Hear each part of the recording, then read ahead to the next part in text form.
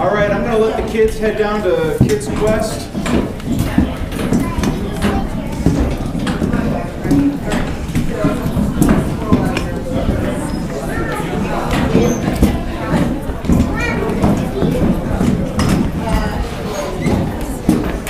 While you're getting situated, I wanted to remind you that next weekend from the 6th to the 8th is the church, I guess, garage sale, yard sale thing. So I don't know how we're doing as far as items for that sale. We haven't I know Amy needs help, people Okay. to sign up to help. Yeah, so help is needed. There's some phone numbers on there in the GPS. You can call about that if you can help. This we're gonna that's the potential to make a lot of money, to go towards the building. Yes, Mark. Plug your ears. Next week. Seriously? Do I say do a la la la? You want to just like do like blah blah blah? Next week is Pastor Appreciation Week. Haven't had a chance to do it yet, but any donations, I'll have a couple of cards for Pastor Chris Gordon next week. Before the service, I'll be up here with them, and any contribution, donation to them would be greatly appreciated by them, I'm sure. Okay, thank you. Thank you. Okay, Chris. Chris, Somebody's gonna have to come I periodically seeing if anyone called my name. All right. All right. So yesterday, I want to just kind of give you an update on yesterday. We did the Small Church Big Deal Conference, and I know I've explained this to you before. What we're trying to do. Something that's near and dear to my heart, and that is to bless and encourage pastors of small churches. Because I am one, and I know what comes with it and how hard it can be. And we had about 60 people there yesterday, which grew from last year, which was awesome. And these guys I think they were really, really blessed. And I was blessed to be a part of it, to help, to put this thing together. But we had some helpers with the conference that were also a huge blessing to me. They represented the road very well, and did some things, went above and beyond the call of duty. Just give you a couple examples. In the morning, we needed cash, so somebody volunteered to go to the bank and make change, just leave the event. Later on in the day, someone said, "We need more water, we need more creamer." Off they went to the store. This is something some of you may not know about. There was a lady at the conference who was a pastor's wife, and she had this bag on her shoulder all day. It was full of ice. And later in the day, she asked if we had any ice. We did not anywhere in the freezer have ice. And so one of our volunteers, unbeknownst to me, came up to Fenton, got ice from a fast food restaurant, and brought that back to her. I didn't ask him to do that. He just did it. And just supplied that for her, and just little things like that throughout the day, and then the setting up and tearing down was just awesome. Everybody pitched in a huge way and helped out, and made the day for me really, really easy. So I want to recognize, if you helped yesterday at the conference, would you just stand up, Yes, so we can please. applaud you and thank you for doing that. It was huge. Gave up a whole Saturday. Come on.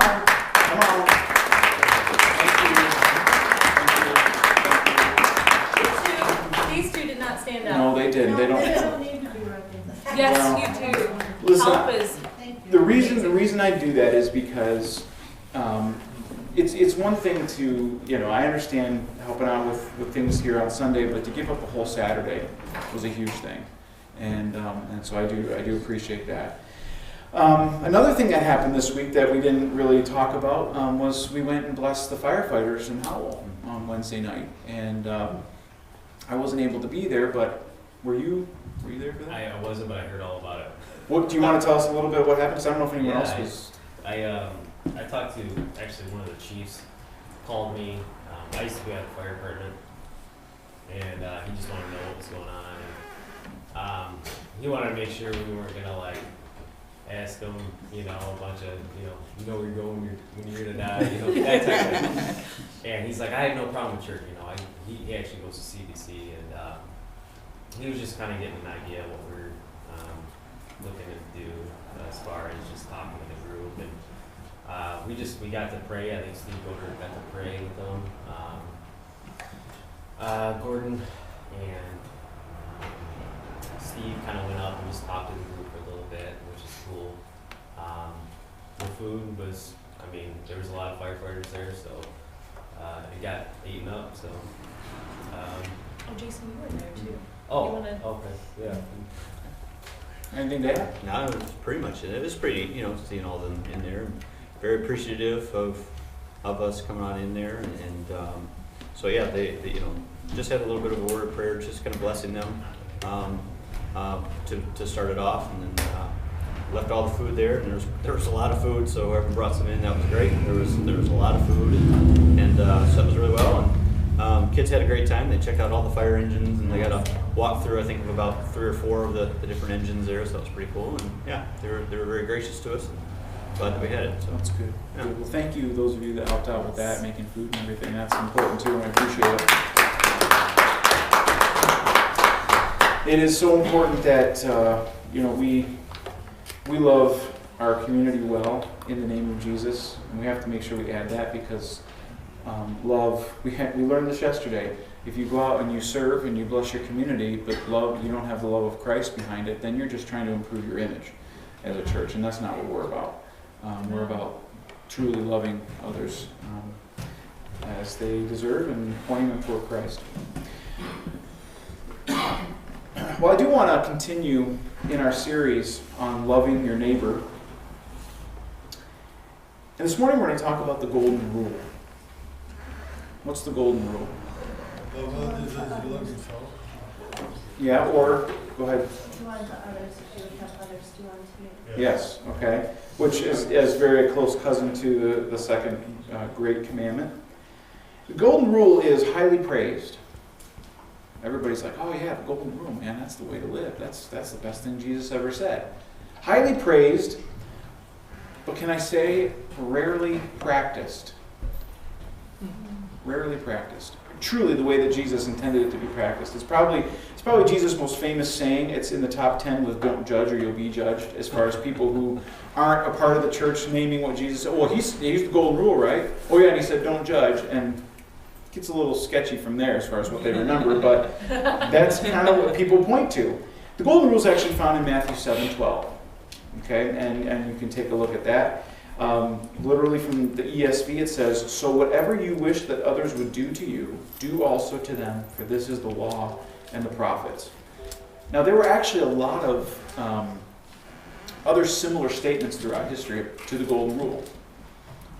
In the first early centuries, the Rabbi Hillel said, "Do not do to your neighbor what is hateful to yourself." Socrates said, "What stirs you to anger when done to you by others, do not do to others." So it sounds a little bit like Yoda, I think.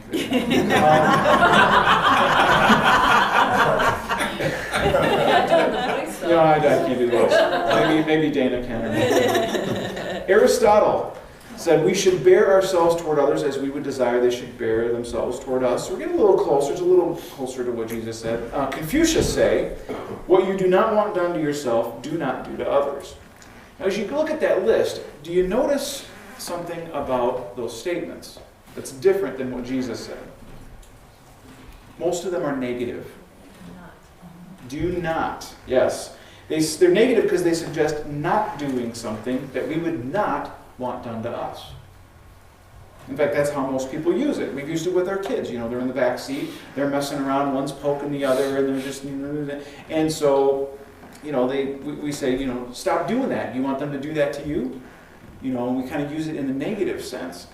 By the way, if there's a kid annoying another kid, my philosophy is to make the annoying one stop. That's important because it's annoying to me too.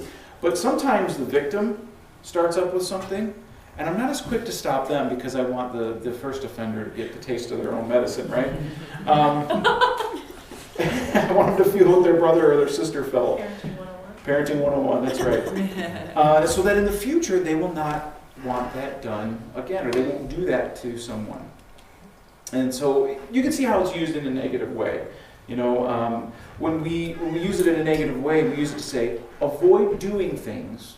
Try not to do things that will cause others to act in the same way towards you. It's more about self-protection, self-preservation.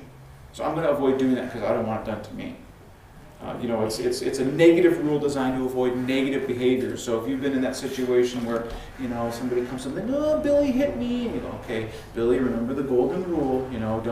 Don't do that. Treat others the way you want to be treated. So don't hit." And it's this negative thing. But Jesus' command, in contrast, is positive and it's active.